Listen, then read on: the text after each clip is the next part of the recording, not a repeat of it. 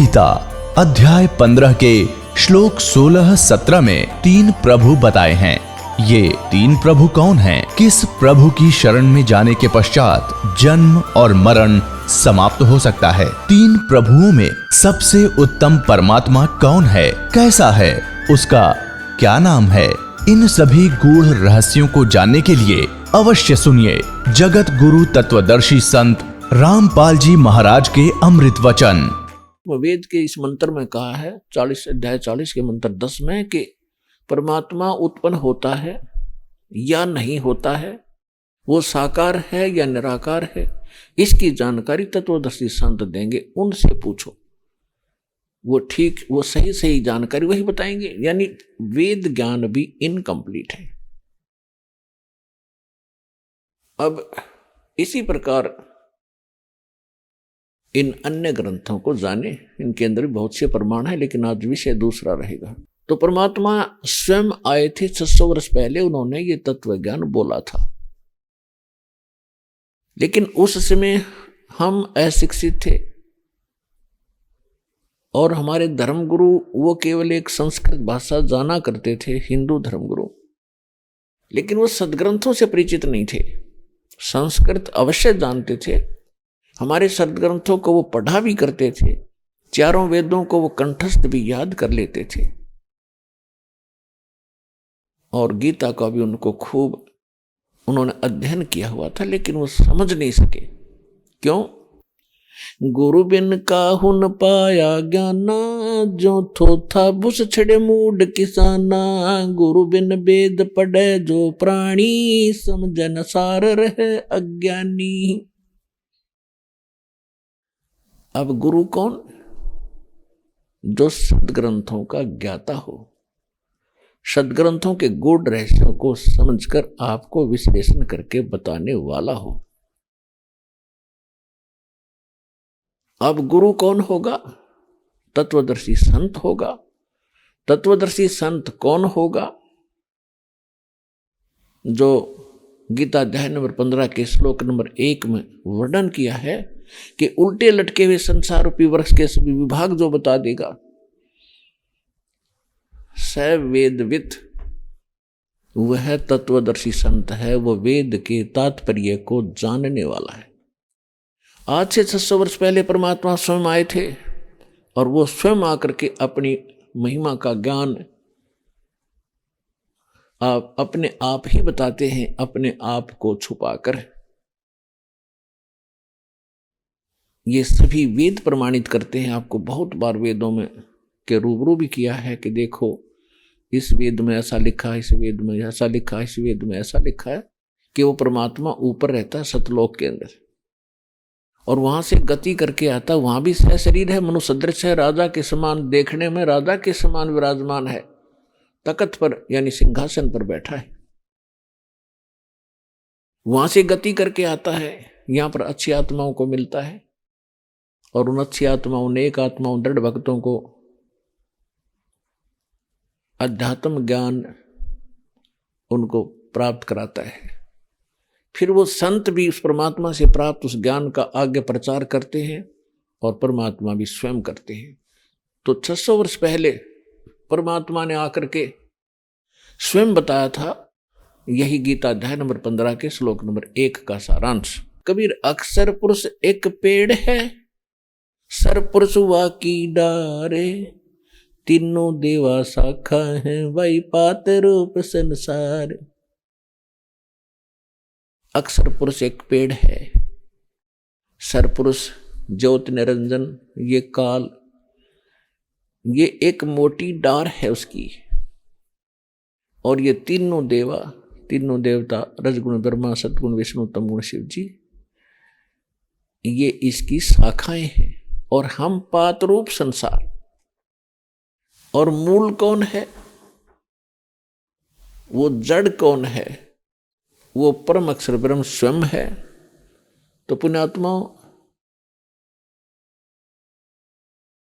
गुरु बिन काहू न पाया ज्ञाना, जो थोथा भूसड़े मूड किसाना। गुरु बिन वेद पढ़े जो प्राणी, और समझे नहीं सार रहे अज्ञानी। आज तक के जितने भी अपने धर्म गुरु हैं, आप उनके व्याख्यान से खूब परिचित हो, उनके ज्ञान से भी परिचित हो, उनके द्वारा दिए जाने वाले भक्ति साधना के मंत्रों से भी आप खूब परिचित हो। वो कौन सी कैसी कथा सुनाया करते थे, वो किसको भगवान बताया करते थे, और किस मंत्र के जाप करने का वो आदेश दिया करते थे। आज इस तत्व ज्ञान की रोशनी से आपको पता चलेगा वो कैसे विद्वान थे, कैसा उनका ज्ञान था, और कैसा उनके द्वारा दिया गया वो मंत्र, उसके जाप से आपको क्या लाभ होना था। तो प्रसंग चल रहा है कि परमात्मा स्वयं आकर ज्ञान सुनाते हैं अपनी प्यारी आत्माओं को, और हम यहां कष्ट पे कष्ट उठा रहे। हमने इसको फाइनल विधान मान लिया कि मरना और जीना, रोग कष्ट, संतानोत्पत्ति, इसका पालन पोषण करो, अपना फर्ज पूरा हुआ, मृत्यु को प्राप्त हो जाओ, फिर क्या होगा, फिर किसी ने देखा देखी जाएगी। तो ये भूल क्यों पड़ी? क्योंकि हम परमात्मा के इस ज्ञान से और अध्यात्म ज्ञान से, विधान से अपरिचित हो गए। और इसका कारण रहा यह ज्ञानी संत, ऋषि, महर्षि, मंडलेश्वर, आचार्य और शंकराचार्य। इनको खुद नहीं ज्ञान, हम क्या बता रहे हैं। और दास लगभग 10 वर्ष से 10-15 वर्ष से तो ओपनली समाचार पत्रों से, पुस्तक के माध्यम से, चैनलों के माध्यम से इनको कह रहा है कि आप गलत दिशा दे रहे हो, स्वयं भी भ्रमित हो। महापुरुषों, कुछ सोचो इसके ऊपर, मत डुबाओ परमात्मा के बच्चों को, अनमोल जीवन का नाश ना करो, कुछ आंख खोल लो। जो समझदार थे उन्होंने अपना ज्ञान तो समझ लिया कि सचमुच हम गलत बता रहे हैं, चुप बैठ गए।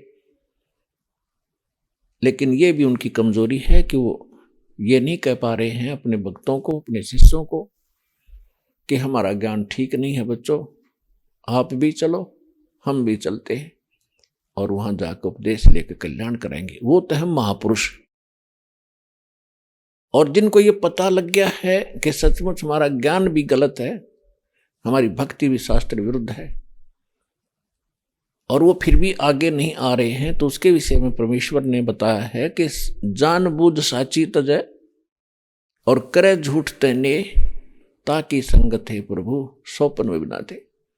ऐसा दुष्ट इंसान, इसे अनमोल जीवन का पता लग गया कितना कीमती है, और इसका समाधान तेरे पास है नहीं, आप भी डूबे और लाखों को डुबोने की वो तैयारी कर रहा है। वो महादुष्ट इंसान है, वो शैतान है, वो संत तो छोड़ इंसान भी नहीं है। जब तक हमें ज्ञान नहीं था तो हम सारे भ्रमित थे। हम भी किसी देव का या किसी अन्य साधना का आश्रय लिए बैठे थे। जिस दिन से पता चला हमने, उसी दिन से उसको तुरंत त्याग दिया। हम गलत रास्ते जा रहे हैं, और कोई भद्र पुरुष हमें रास्ते में बता देता है कि आपका रास्ता ये ठीक नहीं, जहां उद्देश्य लेकर आप जा रहे हो। बुद्धिमान व्यक्ति अपना वहां रुक जाए, 1-2 से और वेरीफाई करे और फिर आगे प्रस्थान करे। तो दास सबको कह रहा है कि आप जिस मार्ग पर जा रहे हो, जो साधना कर रहे हो, ये शास्त्र विरुद्ध है, आपको बहुत हानि उठानी पड़ेगी। दास का उद्देश्य किसी की निंदा करके कोई अपना स्वार्थ सिद्ध करना नहीं है, लेकिन आप उस परम पिता के बच्चे हो जो आपके लिए भटक रहे हैं, युगों युगों में आ रहे हैं। आप इतनी गहरी नींद में सो गए, अज्ञान में इतने रंगे गए हो कि आप भगवान पहचान ना भूल गए। दास आपको वो भगवान याद दिलाता है, उसकी पहचान बताना चाहता है, विद प्रूफ आपको बता रहा है कि ये भगवान है, इसका यहाँ प्रमाण है, वेदों से प्रमाणित कर दिया। उन महापुरुषों की अनुभव वाणी जिन्होंने स्वयं परमात्मा को देखा, जिनसे भगवान मिले, उनसे उनके एफिडेविट आपके सामने रख दिए, वो क्या क्या कहा करते थे। तो आज परमात्मा को पहचानने में आपको देर नहीं लगेगी। हाँ, जानबूझ गफलत करोगे वह बात भिन्न है, फिर आप भक्ति चाहते नहीं। तो उस परमेश्वर ने आके हमें क्या बताया था कि आप गलत स्थान पर रह रहे हो। जिसको जरा सा सुख हो जाता है भगवान भूल जाते हो, और जब आपके ऊपर कष्ट के कहर टूट रहे हैं तो फिर आप भगवान भगवान करते भटक रहे होते। इसलिए परमात्मा कहते हैं, दुख में सुमरण सब करे, सुख में करे ना कोई, जय सुख में सुमरण करो, तो दुख काहे को होवे। सुख में सुमरण किया नहीं, दुख में करते याद, कहें कबीरता दास की, कौन सुने फरियाद। राम नाम रटते रहो, राम नाम रटते रहो, जब तक घट में प्राण, कदे तो दीन दयाल के भनक पड़ेगी कान। राम रटत कोड़ी भलो, चू चू पड़े जो चाम, ये सुंदर शरीर किस काम का, जा मुख नहीं नाम। कबीर जिव्या तो वाये भली, जो रटे हरि नाम, नहीं तो काट के फेंक दियो, ये मुख में बोलो ना चाम। कबीर राम रटत कन्या भली, और साकट भलो न पूत, छेरी के गल में गलथना, जिसमें दूध नामूत। कबीर राम रटत दारिद्र भलो, टूटी घर की छान, वो सुंदर मैल किस काम के, जा भक्ति नहीं भगवान। वो पृथ्वीपति चकवे गए, जिनके चक्र चलंत, रावण सरीखे कौन गिने, ऐसे गए अनंत। ये काया तेरी है नहीं, माया कहाँ से हो, चरण कमल में ध्यान रखो, इन दोनों को खो। काया तेरी है नहीं, ये माया कहाँ से हो, उद्यम करे और नाम जपे, मनुष्य कर्म है दो। परमात्मा कहते हैं, भक्ति बिना क्या होत है, ये भरम रहा संसार, रति कंचन पाया नहीं, भाई रावण चलती बार। पुण्यात्माओं, आप बिल्कुल नादान बालक हो, चाहे किसी देश का कोई राष्ट्रपति भी क्यों ना है, और चाहे कोई कितना धनवान है, कितना ही उच्च पद प्राप्त है, चाहे मंत्री, प्रधानमंत्री, मुख्यमंत्री या बड़ा सेठ है, यदि वो सत भक्ति नहीं करता है तो कति बालक बुद्धि का व्यक्ति है, उसने अपना मनुष्य जीवन नाश कर लिया। क्या बताते हैं परमात्मा अपने विधान के अंदर स्वयं बताते हैं, अगम निगम को खोज ले, भाई बुद्धि विवेक विचार, उदय अस्त का राज मिले, तो बिन नाम बेगार। ओए होए बच्चों, आज तक आपने ये राम ने रावण मार दिया, पांडवों ने कौरव मार दिए, इस तरह की कथाएं सुनी है, आपने अध्यात्म ज्ञान नहीं सुना, जिस कारण से भगवान का डर निकल गया। परमात्मा से मिलने वाली जो राहत थी वो मिलनी प्राप्त होगी,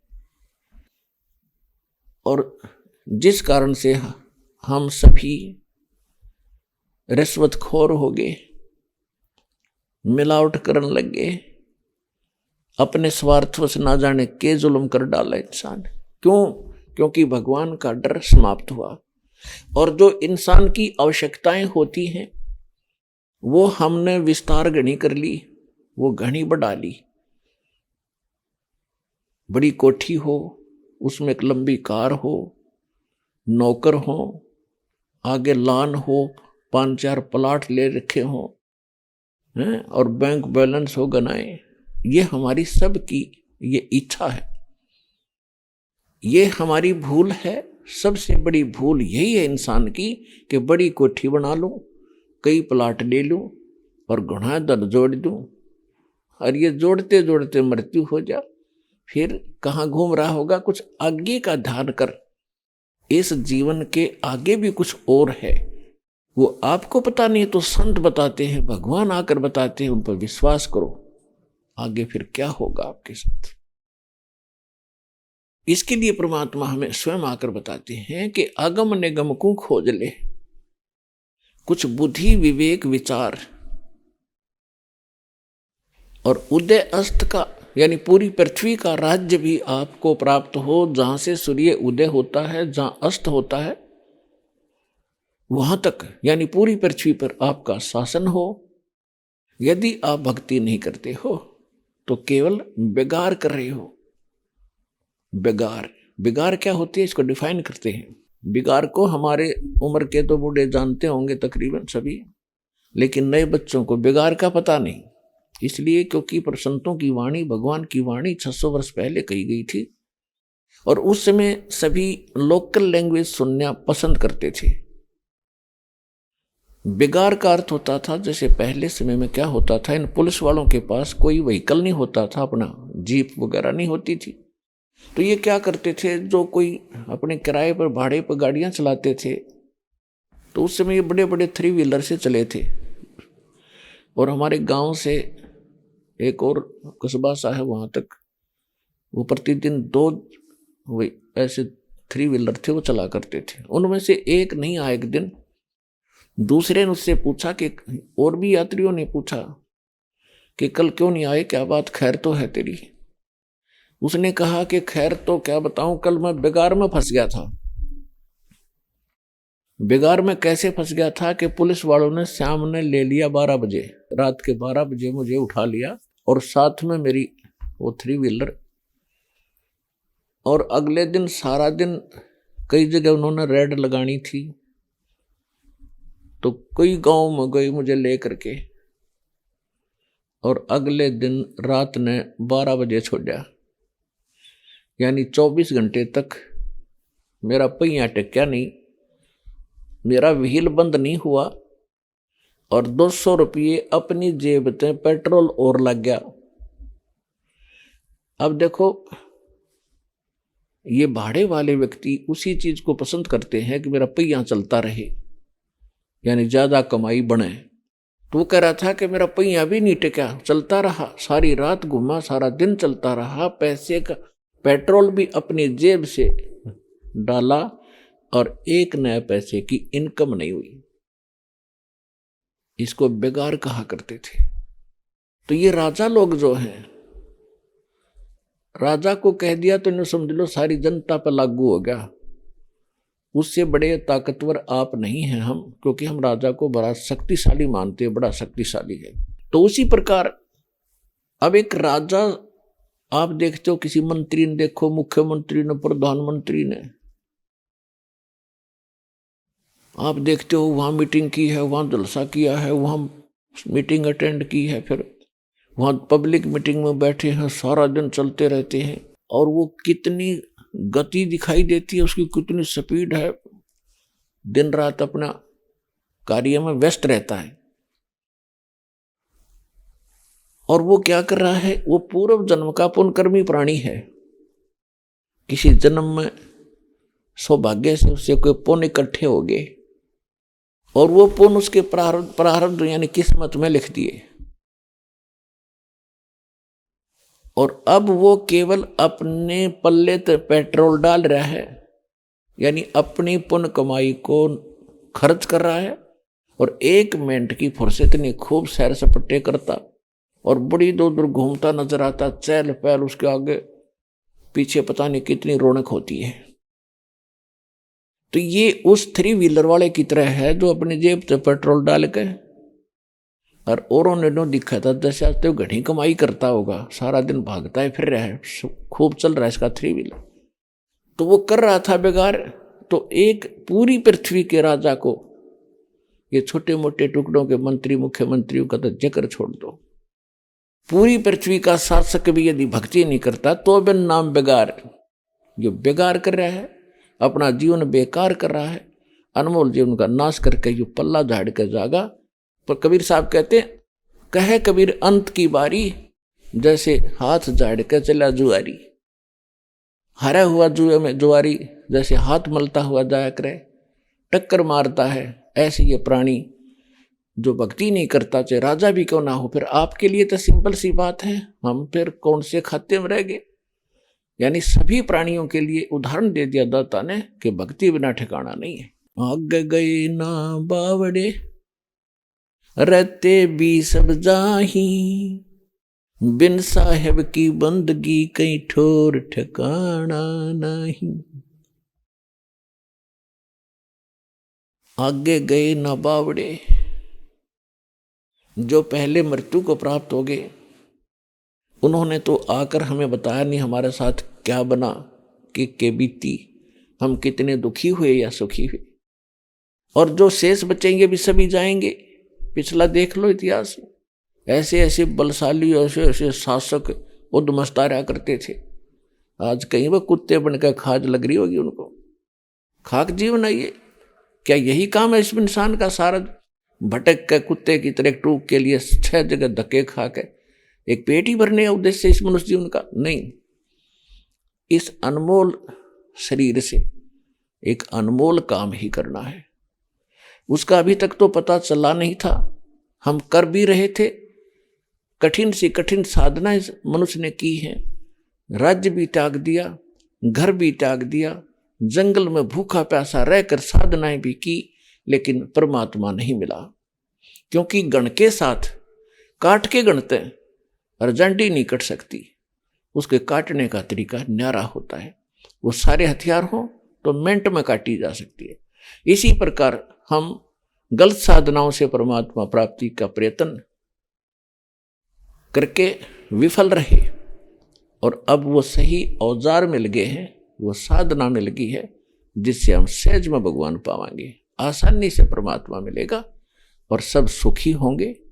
आपका परिवार सुखी होगा, आपका घर सुखी होगा, आपका शरीर में सुख होगा और आपको मोक्ष प्राप्त होगा यदि आजीवन भक्ति करते रहे तो।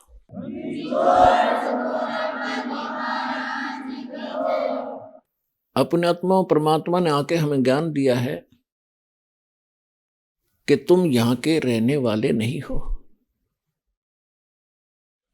अंसा देश सुदेश का यो पड़ा कुदेशा आए, और जिनका चारा मोतियां वो घोग्यों क्यों पतियाए। अब परमात्मा क्या बताते हैं कि हे प्यारी आत्मा, तू हंस था, हंस, लेकिन आप अपनी सतीथि को भूल कर, अपने कर्म को भूल कर आप गलत देश में आ गए, और इस गलत देश में आकर आप गलत काम करने लग गए। अंसा देश सुदेश का यू पड़ा कुदेशा आए, जिनका चारा मोतियों वो गोग्यों क्यों पतियाए। हंस, हंस किसे कहते हैं? एक पक्षी जिसके अंदर एक गुण है कि दूध और पानी को भिन्न भिन्न कर लेता है। परमात्मा ने उसको ऐसी एक शक्ति दी है, एक गिलास दूध एक गिलास जल मिलाकर रख दो, चोंच डबोते ही दूध अलग हो जाएगा, जल अलग हो जाएगा। दूध को पी लेगा, दूध जल को छोड़ देता है। तो कहते हैं कोई भी साधना आप करो, हंस जैसे बनो, उसके दूध और पानी छान लो कि इस काम से हमें क्या हानि है, इससे क्या लाभ है, ये जो क्रिया मैं कर रहा हूं इसका उद्देश्य क्या है, इससे मुझे मिलेगा क्या। बुराई जो कर रहा हूं इनको त्याग दे। फिर कहते हैं दूसरा हंस में गुण है कि वो एक ही सरोवर पर होते हैं। बुगला भी हंस जैसा ही होता है, सेम टू सेम पक्षी, बुगला खाता, मछलियां खाता है, घोगे कीड़े खाता है, शंखले खाता है, और हंस केवल मोती खाता है। उन घोग्यों के, उन कीड़ों का मुंह नहीं लगाता, मछली नहीं खाता। ये पहचान होती है। तो यहां परमात्मा बता रहे हैं कि हंसा देश सुदेश का अच्छे देश में रहा करता था, सतलोक में, जहां मृत्यु नहीं थी, जहां कोई रोग कष्ट नहीं था, जहां पर वृद्ध अवस्था नहीं थी, वहां उस लोक में कोई अभाव नहीं किसी वस्तु का। ऐसा ही आपका परिवार वहां बनेगा जैसा आपका यहां जुगाड़ जुड़ गया। अगर सारे भक्ति करोगे तो ये जो कहता हूं आप सारे के सारे, अब सत भक्ति है, अब वो प्राइम टाइम है, परमात्मा का निर्धारित समय है, सभी भक्ति करेंगे, सही नाम मिल गया है, सभी पार होगे। कि भगवान का आदेश है इसलिए करोगे, तुम सभी करना पड़ेगा आपको। ऐसे सर्कमस्टांस बनाएगा परमात्मा, ऐसा ज्ञान देगा आपको, नफरत हो जाएगी इस माया से जिसके ऊपर सारा जीवन खो देते हो, 2 नंबर का काम कर अपने कर्म बिगाड़ते हो। ये जहर दिखाई देगा आपको, विष दिखाई देगा एक तरह, ये याद रखना। तो परमेश्वर ने आके बताया है कि वो लोक है जहां से तुम आगे गलती करके, बच्चे गलती कर देते हैं, माता पिता फिर भी पीछे फिरा करते हैं।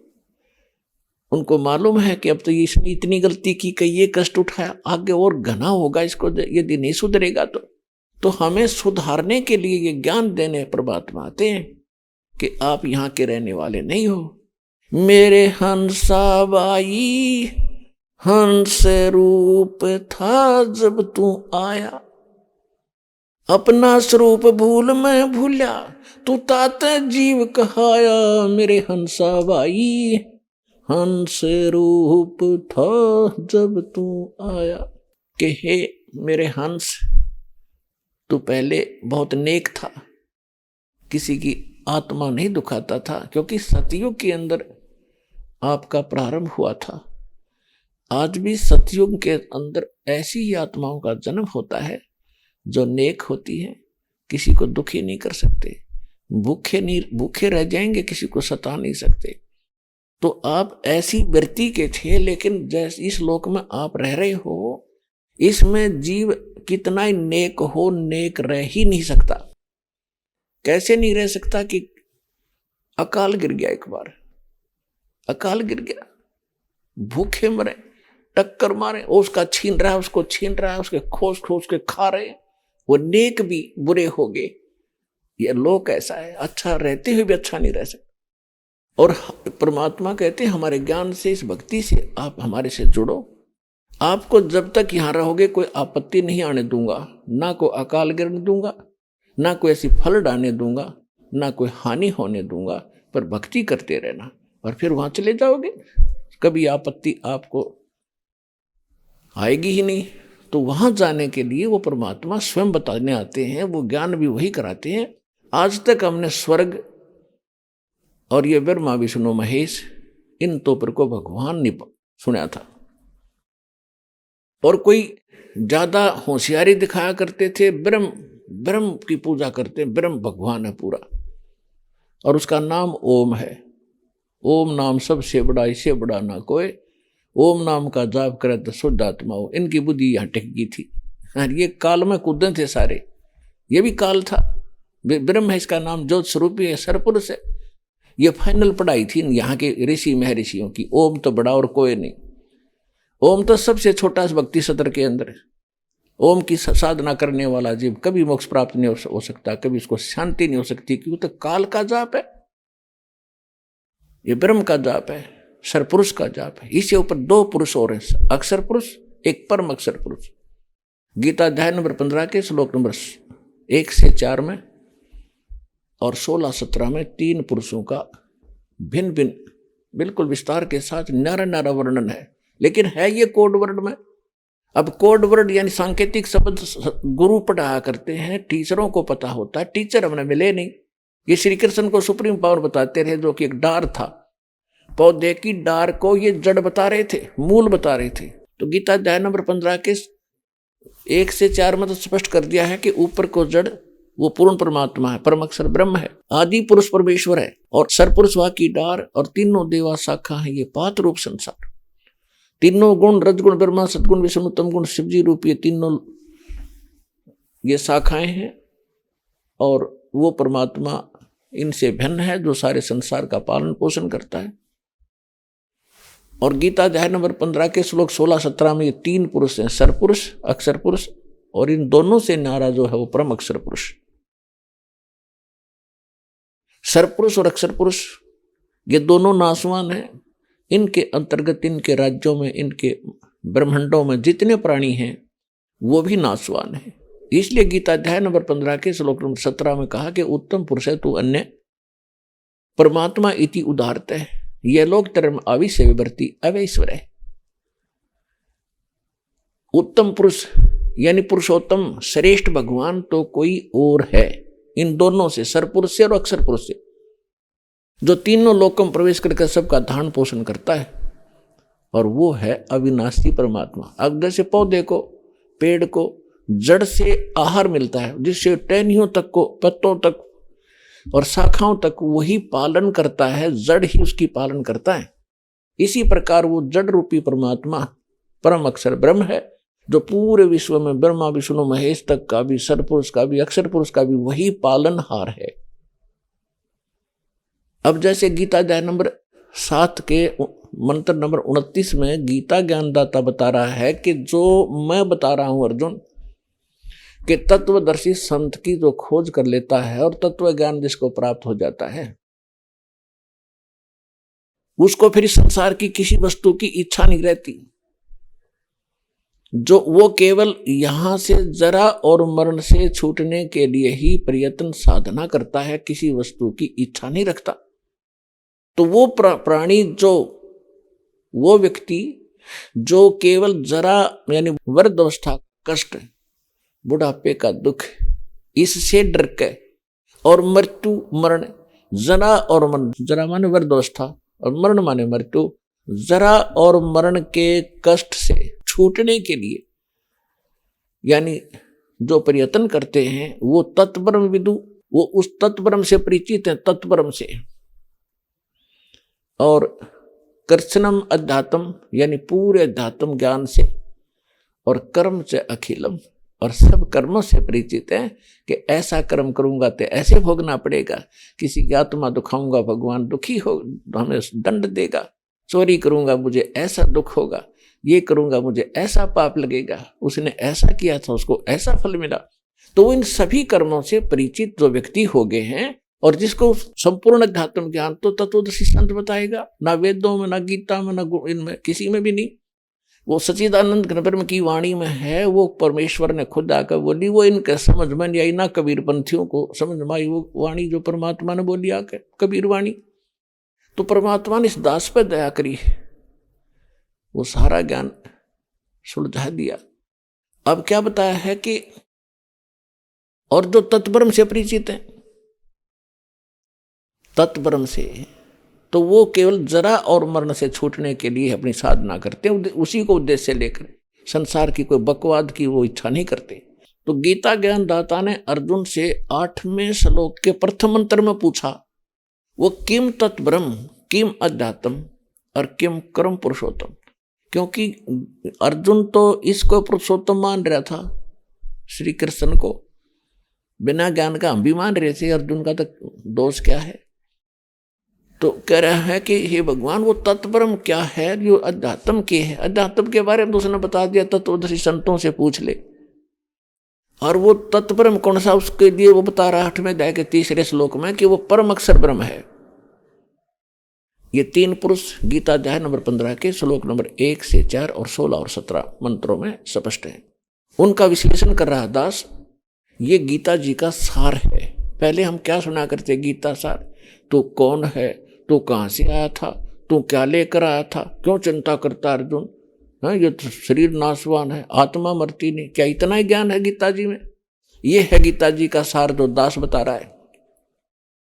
15वें अध्याय के 16 और 17 में जिन 3 पुरुषों की जानकारी दी है, सरपुरुष और अक्षर पुरुष, ये दोनों नाशवान, इनके अंतर्गत जितने प्राणी हैं, 21 ब्रह्मांड हैं सरपुरुष के, ज्योति निरंजन काल के, और 7 शंख ब्रह्मांड हैं अक्षर पुरुष के, और परम अक्षर ब्रह्म इन सब के ऊपर ओवरऑल कंट्रोलर, और असंख्य ब्रह्मांड है इस मालिक के, इनके ये भी इसी के अंतर्गत आते हैं। जैसे भारत के प्रधानमंत्री सभी राज्यों पर भी मालिक है और प्रत्येक भारत का वो मालिक है, ऐसे। तो इस प्रकार गीता अध्याय नंबर 8 के श्लोक नंबर 3 में कहा कि परम अक्षर ब्रह्म है।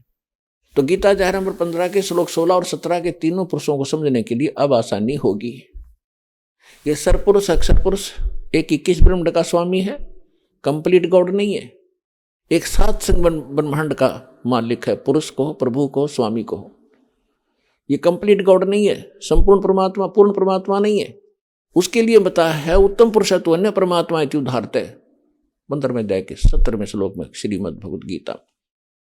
और यह लोग तरम अविषयवर्ती अवैश्वर है, वो अविनाशी परमात्मा वास्तव में वो परम अक्षर ब्रह्म है, सरपुरुष और अक्षर पुरुष से अन्य है। सरपुरुष है ये गीता ज्ञानदाता। अब यह आपको विचलित कर सकते हैं ये भोले वाले अज्ञानी, ये नकली गुरु।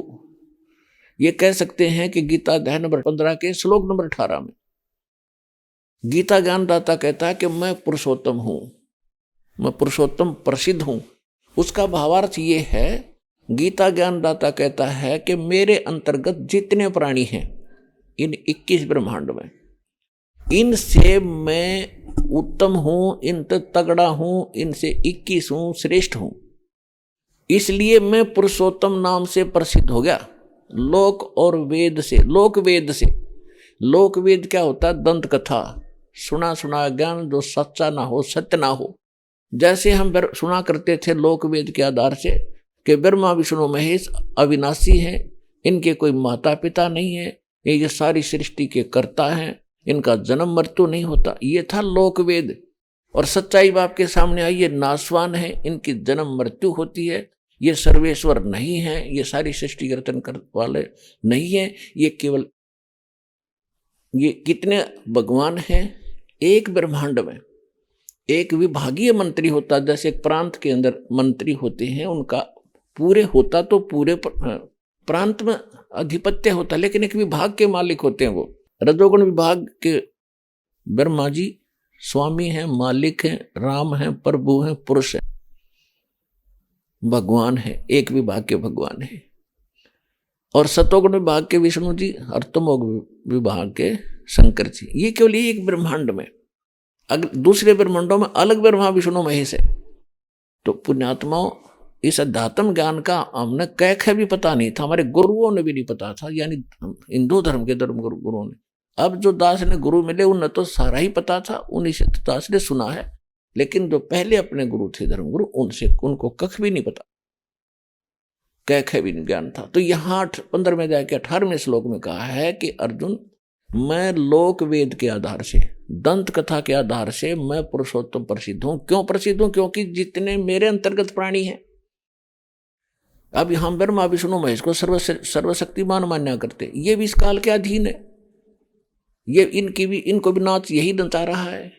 तो ये कहता जितने अंतर्गत, मेरे अंतर्गत जितने प्राणी किस ब्रह्मांड में, उनते तगड़ा हूं मैं, उनते शक्तिशाली हूं, इसलिए मैं पुरुषोत्तम नाम से प्रसिद्ध हूं। लेकिन उसने स्पष्ट कर दिया उत्तम पुरुषत्व ने 17वें श्लोक में 15वें अध्याय के, कि उस पुरुषोत्तमता कोई और है, और उसकी जानकारी कहता मुझे पता ही नहीं। तत्वदर्शी संत बताएंगे, ये दास बताओ कौन है? Kabir is God. Who is Kabir? अनंत कोट ब्रह्मांड का एक रति नहीं भारे, सतगुरु पुरुष कबीर हैं ये कुल के सिरजनहारे। हम सुल्तानी नानक तारे, दादू को उपदेश दिया, जात जुलाहा भेद न पाया, वो का सीमाएं कबीर हुआ। वो कबीर जो धानक था, जिसको धानक कहा करते, जुलाहा कहा करते थे, वो है वो परम अक्षर ब्रह्म। अब वो है आपका पिता। आप इस काल की भांग न पी के अपने बाप को भूल गए। ये दास आपको बताने आया है, और यह भांग उतारेगा आपकी। पहले तो ये एंटीबायोटिक कैप्सूल दे के ये ज्ञान सच्चा आपको दिया जाएगा, आपकी भांग उतरेगी। आप कहाँ रह रहे हो? काया तेरी है नहीं, ये माया कहाँ से हो, चरण कमल में ध्यान रखो, इन दोनों को खो। ये जब काया तेरी नया कोठी कैसे होगी, वो बैंक बैलेंस आपका कैसे हो जाएगा? तो ये आपके हृदय में उतरेगी यह बात और लास्ट में यह फाइनल हो जाएगी जब इसको कई बार सुनोगे, क्योंकि अंदर मैल घना जमा हो गया। हम जिस संसार में रहते हो आप, वहाँ के लोग केवल उसी स्पीड में लग रहे हैं, उसी कर्म में लगे हुए हैं।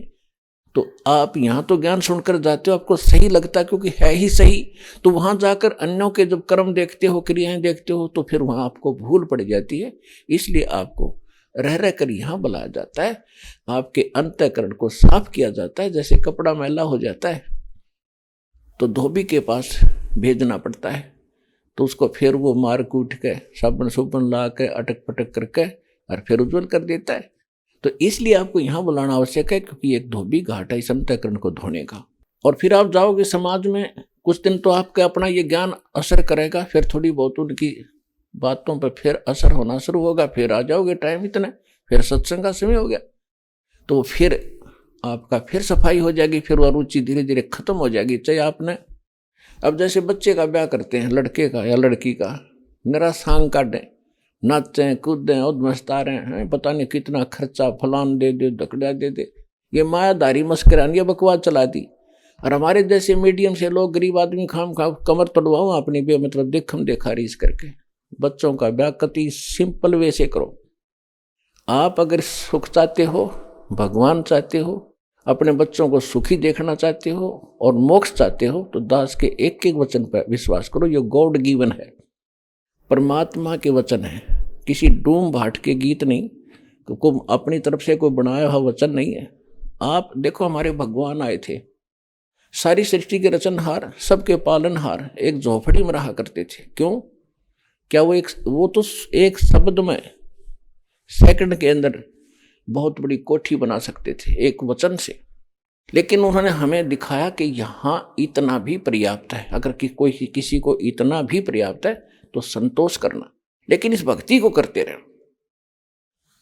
अब जैसे हम शादी ब्याह करते हैं, इसको कति कम खत्म करो, ब्याह सिंपल वे से करो, मतलब ब्याह तो करो लेकिन ये बकवाद मत करो, नाचना गाना। अब दास ने बहुत से ऐसे इतिहास देख लिए कि सामने कूद रहे हैं, नाच रहे हैं, डीजे बजा रहे हैं, और दुर्घटनाग्रस्त हो गया, लड़का मर गया जिसके ऊपर नाचे कूदे थे, जिसका विवाह था। अगले दिन टक्कर मार रहे हैं, रो रहे हैं। तो बताओ क्या हुआ? लड़का होता है, लड़का हो गया, लड़की हो जाए इससे कोई दिक्कत नहीं, लड़का हो जाए फिर नाचो कूदो नमस्कार है। एक ब्याह और शुरू कर दिया, बोला पीढ़िया ले आवे 10-20 और जाऊं उस गेला, ये कोई बात हुई? अब एक व्यक्ति ने 10-12 वर्ष के बाद पोता प्राप्त हुआ, यानी पुत्र, उसका दादाजी हुआ था। दादाजी ने कहा भाई अपने पोते की खुशी में मैं बड़ा यज्ञ करूंगा। 10-12 गांव को आमंत्रित किया, खूब पैसा जुटाया, खूब दारू दूरू पियाई, शराब पियाई, नाचे कूदे। अगले वर्ष जन्मदिन आने से पहले पोता मर गया। अब टक्कर मारे सारा कुंबा, अब मना ले जन्मदिन, अब नाच कूद ले, बना खुशी।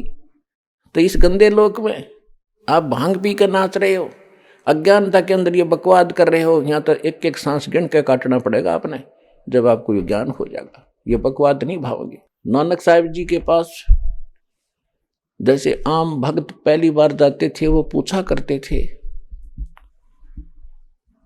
कि महाराज जी आप कभी खुशी दिखाई नहीं देते, क्या आप सदा ऐसे ही रहते हो, आप कभी खुशी दिखाई नहीं देते? तो नानक साहिब जी कहते थे, भाई हमें पता लग गया हम कहाँ बैठे। हम प्रतिदिन अपनी मौत की तरफ जा रहे हैं। उस अजगर मुंह बाएं खड़ा हो, मौत रूपी अजगर, और हम नाचते गाते उसकी तरफ जा रहे हैं। भांग के नशे में जा सकता आदमी, और जिसका नशा उतर जाएगा, सामने दिखा कोई सर्प, अजगर तो बहुत बड़ा उसे, सांप ने देख कर वापस भाग ले, बचाव का यानी बचाव का कोई प्रयत्न करे। और आप खुश हो रहे हो और मौत की तरफ जा रहे हो, रोज एक दिन कम हो रहा है, मौत के निकट जा रहे हो, फिर भी नाच कूद रहे हो। तो तुम्हारी अकल गाम चली गई, तुम्हारे पास नहीं रही। नानक साहब ने कहा कि ना जाने काल की कर डारे, और किस विध ढल जा पास आवे, और जिन आते सरते मौत खुड़क दी, उन्होंने केड़ा हास आवे। ना जाने कब के बिजली गिर जा, नाचे कूदे, प्रधानमंत्री जा रहा था पोलैंड देश का, पूरे मंत्रिमंडल के साथ किसी का शोक व्यक्त करने, और खुद एक्सीडेंट हो गया। पूरा का पूरा मंत्रिमंडल पे 95 आदमी मर गए। बता आगे क्या बनेगा? आगे हमें पता, परमात्मा के ज्ञान से गधा बनेगा और कुमार कब फंसेगा, कट पर लठ बाज जाएगा उसके। भूल गया भगवान, हो गया प्रधानमंत्री, जो काम करना था इस जीवन से उसको भूल गया। इसी प्रकार एक मुख्यमंत्री जा रहा था पीछे आंध्र प्रदेश का, अपने खूब पता इस इन बातों का, फिर भी याद दिलाई जाती हैं। सत्संग इसी को कहते हैं जो भूली बात याद दिलावे। उस मुख्यमंत्री की प्रतीक्षा में, उसके स्वागत के लिए मालाएं, नोटों की माला, फूलों की माला लिए खड़े थे, और पता नहीं क्या साल आ रहे थे, ये सुख देगा, ये साइन कराऊंगा, मैंने फलाना बेनिफिट हो जाएगा। वो हेलीकॉप्टर एक्सीडेंट हो गया 3 दिन में था, उसकी लाश पाई थी और गादड़ घसीट रहे थे उसको, गिद्दड़। तो परमात्मा ऐसे ही एक अरुणाचल का मंत्री था, मुख्यमंत्री, ऐसे 7 दिन में उसकी लाश पाई थी। अभी पीछे की बात है, हेलीकॉप्टर दुर्घटनाग्रस्त हो गया और कितने अंधे हो गए हम। एक गवर्नर था पंजाब और हिमाचल प्रदेश के, उसके पास 2 चार्ज थे, 2 स्टेट के। और समाचार पत्रों में आपका तो याद नहीं, दास ने खूब याद है ये बातें। समाचार पत्रों में पता चला एक बार वो रिटायर होने से पूर्व कुछ दिन पहले उसने सोचा हिली स्टेशन पे, यानी पहाड़ी क्षेत्र में बढ़िया कोठी बनाऊंगा, वहीं ठाठ से रहा करूंगा। उसने 3 करोड़ रुपए अपने हेलीकॉप्टर में लेकर एक प्लाट का सौदा करने जावा था, अपने परिवार को साथ बैठा के। और 3 करोड़ रुपये पहले ये 100 के नोट होया करते, इनमें वजन घना हो जाया करता। और उस रास्ते में वो एक्सीडेंट हो गया, उसका हेलीकॉप्टर, आप भी मर गया, उसका परिवार भी मर गया। और वो नोटा नोट बकरी खावे, भेड़ बकरी खाने लग रही, नोट पड़े पड़े उड़ते अंडे। और फिर कहते हैं उसके तय खाने में सरकारी आवास के अंदर 40 करोड़ रुपये पाए, 40 करोड़, उस 40 करोड़ रुपये, और उस समय आज के तो 4 अरब समझ लो तुम। तो पुण्यात्मा अब के लेकर जाएगा वो सारी, ये इसको कहते बेगार। कितना अच्छी किस्मत का आदमी था, गवर्नर तक की पद प्राप्त कर लिया। जो कह रहे कि गवर्नर लाग रहा है तू, वो गवर्नर भी लाग रहा था और के हालत तो मरिया। और आगे क्या होगा? फिर पीछे तू पशुआ की जय दीजय बैल बना, 4 पहर जंगल में डोले तेरा तो ना पेट भरे। फिर पीछे तू पशुआ की जय गद्दा बैल बनाई, ये 56 भोग कहाँ मन बोरे की तो कुरडी चोरने जाई। टूटी कमर पजावे चड्डे तेरा कागा मांस गिलावे। अब ये दुख अब भूल गया पा। हमने सोचा ना किसने देखा, जिन्हें देखा वो बतावे और भगवान आके बतावे, फिर हम उनसे भी और टेक कराएंगे, भगवान से भी ऊपर चले जाएंगे हम अपनी। वो तो फिर हमारी बकवाद होगी, हमारी मूर्खता, और कोई सात बोल देरी होगी, हमारी कोई करड़ाई है वह, जो हम भगवान के इन वचनों को अनदेखा करेंगे। ऐसे ही यहाँ एक बार हरियाणा स्टेट के 2 कैबिनेट मिनिस्टर शपथ ली थी 2-4 दिन पहले, हेलीकॉप्टर में बैठ कर चल पड़े। वो हेलीकॉप्टर ही क्रैश हो गया, दुर्घटनाग्रस्त हो गया, दोनों मारे गए। तो ऐसा नहीं है कि हम भी, क्या हम ना मरेंगे? कई भगत कह देते हैं जी, हम ऐसी बातें बताते हैं तो संसार के लोग कहते हैं तुम नहीं मरोगे, हम भी मरेंगे। हम कैसे मरेंगे? आए हैं सो जाएंगे ये राजा रंग फकीर, एक सिंहासन चढ़ चले एक बंधे जात जंजीरे। जाएंगे हम भी, लेकिन हम कैसे जाएंगे? बिना भक्ति करने वाला, चाहे कोई राष्ट्रपति हो किसी देश का, उसको ऐसे पकड़ कर ले जाएंगे यम के दूध जैसे अपराधी को ले जाते हैं। और जो भक्त है, चाहे रिक्शा चलाने वाला, चाहे मजदूर है, चाहे सेठ है, चाहे राजा है, चाहे प्रधानमंत्री है, जो सद्भक्ति करता है, कहते हैं उसको सिंहासन में बैठाकर और विमान में बैठाकर आदर के साथ भगवान लेकर जाएगा। तो इस आने और जाने में इस मरने में अंतर है। तो हमारे मरने में और संसार के मरने में बहुत घना अंतर होगा। तो हमने अपने जो बेमतलब की रिवाजें बना ली, ये हमने बनाई थी, हम ही अब कम करेंगे। अपना विवाह बच्चों का सिंपल वैसे करो, भगवान ने कर रखा होता है। हम तो बकवाद बकवाद करें, बाद में ड्रामा करते हैं। अब विचार करो, जिस समय ब्रह्मा विष्णु महेश का विवाह हुआ था, आपने तो पता ही नहीं, इन बातों का ज्ञान दास बता रहा है, इसमें विश्वास करना। श्री देवी भागवत के तीसरे स्कंद में 28-29 अध्याय में स्पष्ट किया है। आइए अब हम उन श्रद्धालुओं के अनुभव जानते हैं जो जगत गुरु तत्वदर्शी संत रामपाल जी महाराज जी से दीक्षा प्राप्त कर चुके हैं तथा उनके द्वारा बताए गए भक्ति मार्ग पर चल रहे हैं। नमस्कार सर। नमस्कार सर। सर क्या नाम है आपका? गुरतेज दास नाम है जी मेरा। सर कहाँ से आए हो? गांव सैना, तहसील बरनाला, पंजाब स्टेट से। सर संत रामपाल जी महाराज की शरण में आने से पहले आप क्या भक्ति साधना करते थे? मैं पहले तो 1992 में संत अपने सरसे वाले से नाम लिया था। उनकी यानी कि साधना करते करते मेरे शरीर में कष्ट रहने लगे। उसके बाद मैंने देवी देवता की साधना करनी शुरू कर दी। साडे घरे कहंदे सीगे लोग भी तुहाडे घरे गद्दी आ गई पीरां दी, पीर तुहानूं तंग करदे नेगे, पर मैं करदा नहीं सीगा भगती। साडे घरे कोई नहीं, सारे राधा स्वामी नेगे। राधा स्वामी मत नाल जुड़िया ਨੂੰ ਸਾਨੂੰ 50 ਸਾਲ ਹੋ ਗਏ ਤੇ ਉਹਨਾਂ ਦੀ ਸਾਧਨਾ ਕਰਦੇ ਸੀ। ਜੋਤ ਬੱਤੀ ਕੁਛ ਨਹੀਂ ਕਰਦੇ ਜੀ ਘਰੇ। ਪਰ ਉਸ ਤੋਂ ਬਾਅਦ ਮੈਂ ਕਿਸੇ ਦੇ ਕਹਿਣ 'ਤੇ ਮੈਂ ਜਦ ਚਿਰਾਗ ਲਾਉਣ ਲੱਗ ਗਿਆ ਜੀ। ਚਿਰਾਗ ਲਾਉਂਦੇ ਲਾਉਂਦੇ ਯਾਨੀ ਕਿ ਮੈਨੂੰ ਵਧੀਆ ਕੁਛ ਰਾਹਤ ਮਿਲੀ। ਉਸ ਤੋਂ ਬਾਅਦ ਸਾਡੇ ਘਰੇ ਗੱਦੀ ਲੱਗ ਗਈ। ਮੈਂ ਉਹਨਾਂ ਦੀ ਸਾਧਨਾ ਕਰਦਾ ਰਿਹਾ ਪੀਰਾਂ ਦੀ, ਅਤੇ ਉਹਨਾਂ ਦੀ ਪਾਠ ਪੂਜਾ ਕਰਕੇ ਉਹਨੂੰ ਯਾਨੀ ਕਿ ਆਰਾਧਨਾ ਪੂਰੀ ਕਰਨ ਲੱਗਿਆ ਉਹਨਾਂ ਦੀ। ਉਸ ਤੋਂ ਬਾਅਦ ਮੈਂ ਹੋਰ ਦੇਵੀ ਦੇਵਤੇ ਵੀ ਨਾਲ ਭਗਤੀ ਕਰਨ ਲੱਗ ਗਿਆ ਜੀ, ਜਿਵੇਂ ਆਪਣੇ ਵਿਸ਼ਨੂੰ ਦੀ, ਸ਼ਿਵ ਸ਼ੰਕਰ ਦੀ ਅਤੇ ਕਾਲੀ ਮਾਤਾ ਦੀ।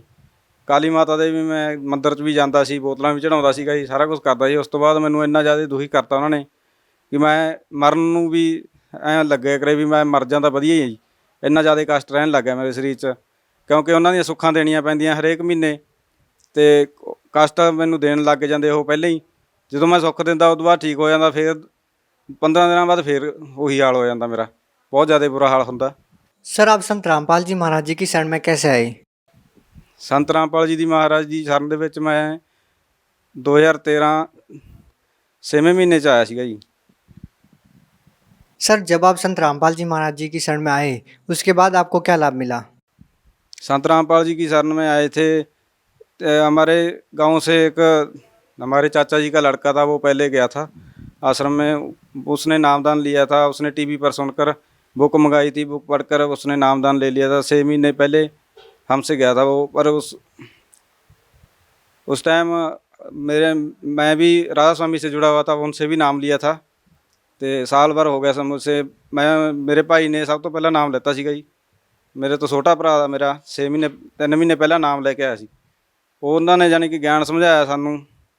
बाकी मेरे सरीर ਦੇ ਵਿੱਚ ਪ੍ਰੋਬਲਮ ਜ਼ਿਆਦਾ ਸੀਗੀ, ਤਾਂ ਕਰਕੇ ਮੈਂ ਇਸ ਵਜ੍ਹਾ ਦੇ ਨਾਲ ਮੈਨੂੰ ਉਹਨਾਂ ਨੇ ਕਿਹਾ ਵੀ ਤੂੰ ਸਰੀਰ ਤੇਰਾ ਠੀਕ ਹੋ ਜਾਊਗਾ ਜਮਾਂ, ਤੂੰ ਪਰਮਾਤਮਾ ਨੇ ਗੇ ਗੁਰੂ ਜੀ ਸੰਤ ਗੁਰੂ ਰਾਮਪਾਲ ਜੀ ਮਹਾਰਾਜ, ਅਤੇ ਉਹਨਾਂ ਦੀ ਸ਼ਰਨ 'ਚ ਜਾ ਕੇ ਤੂੰ ਸਭ ਕੁਛ ਠੀਕ ਹੋ ਜਾਊਗਾ, ਅਤੇ ਪੂਰਨ ਸੰਤ ਨੇ ਉਹ।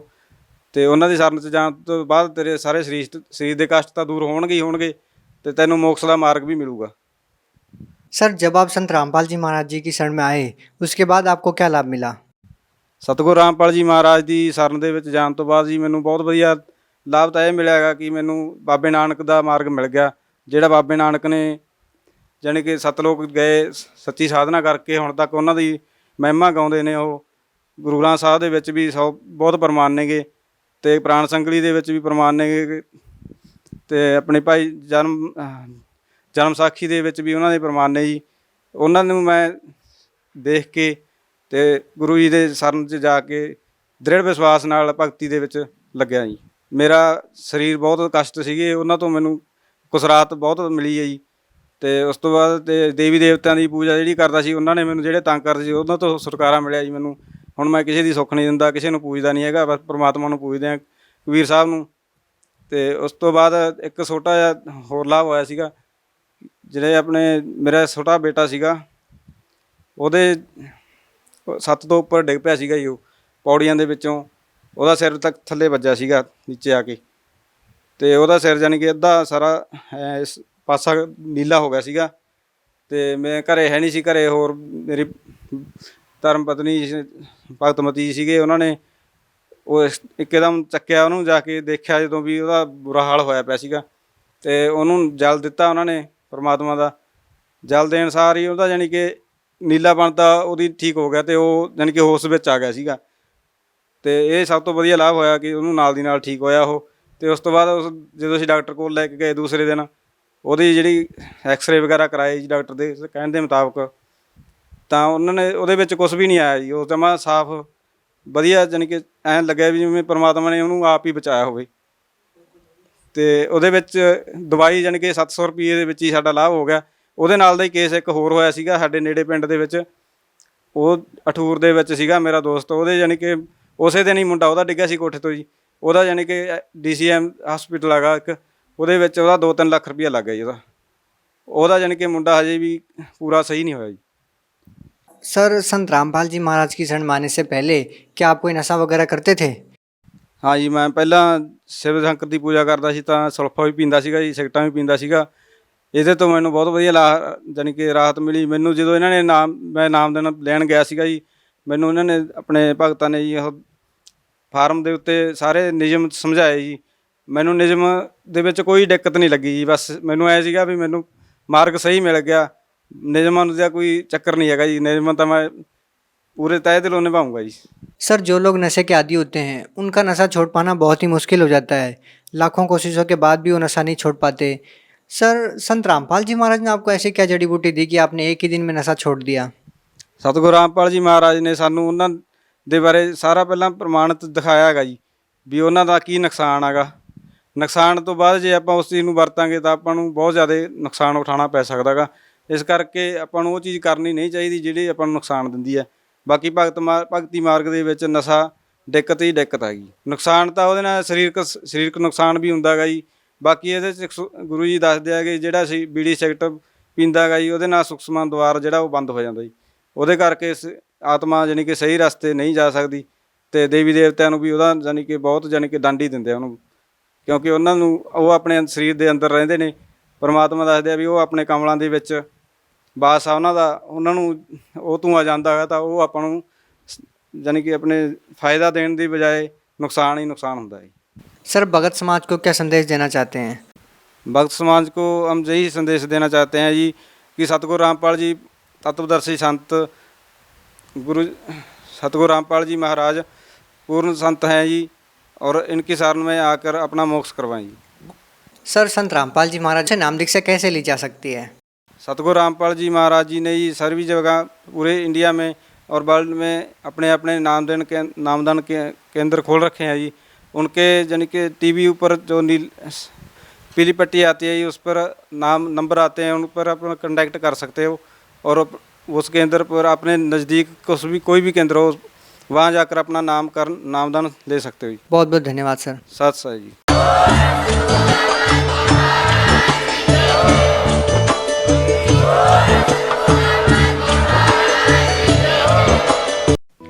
आप सुन रहे थे जगत गुरु तत्वदर्शी संत रामपाल जी महाराज के मंगल प्रवचन।